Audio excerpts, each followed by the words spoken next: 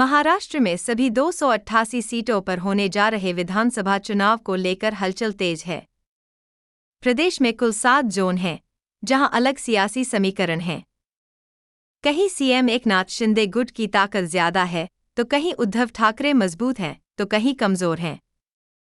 कहीं पर कांग्रेस के हाथ कमल को खींचकर बाहर फेंकना चाहते हैं, तो कुछ क्षेत्र में अजित पवार की घड़ी शरद पवार का समय बदलने की कोशिश कर रही है। महाराष्ट्र के मुंबई, कोंकण, ठाणे, विदर्भ, पश्चिम महाराष्ट्र, उत्तरी महाराष्ट्र, मराठवाड़ा में अलग अलग जगहों पर विभिन्न पार्टियों की अपनी अपनी सियासी पकड़ है।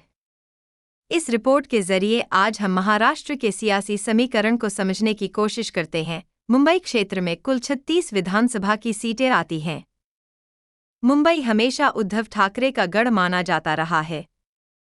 एकनाथ शिंदे की बगावत के बाद ठाकरे को कुछ नुकसान जरूर हुआ है, लेकिन लोकसभा चुनाव में ठाकरे के 3 में 2 सांसद चुनकर आए। 2019 में उद्धव ठाकरे के 15 विधायक मुंबई में थे। हालांकि 2014 से बीजेपी मुंबई पर धीरे धीरे कब्जा कर चुकी है। बीजेपी के भी मुंबई में 15 विधायक हैं। बीजेपी के आशीष शेलार, राहुल नार्वेकर, मंगल प्रभात लोढ़ा, अमित साटम, तिमल सेल्वन, मनीषा चौधरी जैसे बड़े नेता हैं। दूसरी तरफ उद्धव ठाकरे, आदित्य ठाकरे, अजय चौधरी, सुनील प्रभु, सुनील राउत, रमेश कोरगांवकर जैसे बड़े नेता हैं। मुंबई में उद्धव ठाकरे और एकनाथ शिंदे गुट के बीच लड़ाई है, तो दूसरी तरफ बीजेपी और कांग्रेस के बीच मुकाबला होने जा रहा है। कांग्रेस के भी अमिन पटेल, असलम शेख, ज्योति गायकवाड़, नसीम खान जैसे चेहरे मैदान में उतरे हैं।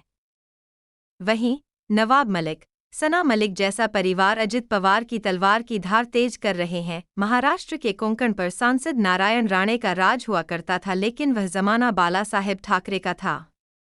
धीरे धीरे कोंकण क्षेत्र में उद्धव ठाकरे का करिश्मा दिखने लगा, लेकिन आज यहां कांटे की टक्कर दिख रही है। कोंकण में सीधी लड़ाई उद्धव गुट और शिंदे गुट के बीच है। सीएम एकनाथ शिंदे के पास दीपक केसरकर, उदय सामंत जैसे मंत्री हैं, तो दूसरी तरफ नीलेश राणे, किरण सामंत जैसे ताकतवर नेता हैं। इस बार कोंकण में एकनाथ शिंदे गुट का जलवा देखने मिल सकता है। महाराष्ट्र का ठाणे क्षेत्र पहले से एकनाथ शिंदे का गढ़ माना जाता रहा है। यहां धर्मवीर आनंद, दीघे से लेकर एकनाथ शिंदे तक ठाणे पर शिंदे की छवि रही है। इस बार शिंदे के लिए ठाणे की आरपार की लड़ाई होगी। ठाणे में यूबीटी के खिलाफ शिंदे गुट का मुकाबला होने वाला है। खुद एकनाथ शिंदे ठाणे के कोपरी पाचपाखाड़ी से चुनाव लड़ने जा रहे हैं। शिंदे के साथ साथ प्रताप सरनाइक, बीजेपी के रविंद्र चव्हाण, गणेश नाइक सभी ताकतवर नेता हैं, तो दूसरी तरफ राजन विचारे, केदार दीघे जैसे निष्ठावान शिव सैनिक उद्धव ठाकरे की कमान संभालने जा रहे हैं। यहां एकनाथ शिंदे किंग मेकर की भूमिका में दिख सकते हैं। विदर्भ में सीधी लड़ाई कांग्रेस और बीजेपी में है। 2014 से पहले विदर्भ कांग्रेस का गढ़ माना जाता था, लेकिन अब देवेंद्र फडणवीस ने यहां कमल खिला के रखा है। कांग्रेस किसी तरह यहां से कमल को हटाना चाहती है, लेकिन ये उतना भी आसान नहीं है। विदर्भ में कांग्रेस की टीम में नाना पटोले, विजय वड्डेटीवार, यशोमती ठाकुर, नितिन राउत, सुनील केदार जैसे बड़े नाम वाले चेहरे हैं, तो दूसरी तरफ देवेंद्र फडणवीस, सुधीर मुनगंटीवार, नितिन गडकरी, चंद्रशेखर बावनकुए जैसे बीजेपी नेताओं की मजबूत फौज है। इसलिए विदर्भ में कमल बनाम कांग्रेस का हाथ की लड़ाई है। महाराष्ट्र की राजनीति में जब से शरद पवार ने एंट्री की है, तब से पश्चिम महाराष्ट्र की जनता शरद पवार पर भरोसा करती रही है। शरद पवार खुद बारामती से हैं, इसलिए पश्चिम महाराष्ट्र की जनता को पवार परिवार की तरह लगते हैं।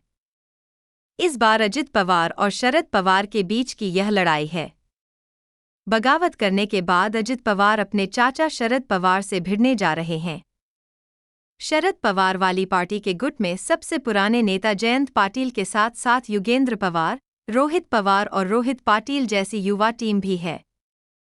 इन सबका नेतृत्व सुप्रिया सुए कर रही हैं। दूसरी तरफ अजित पवार के साथ लोग जुड़ रहे हैं, लेकिन ये वोटों में तब्दील नहीं हो पा रहा है। बारामती लोकसभा सीट पर अजित पवार की पत्नी सुनेत्रा पवार को लोगों ने पसंद नहीं किया और उन्हें हार का सामना करना पड़ा। अगर आपको हमारी ये वीडियो अच्छी लगी हो तो इस वीडियो को लाइक कीजिए, कमेंट कीजिए और हमारा चैनल सब्सक्राइब करना ना भूले।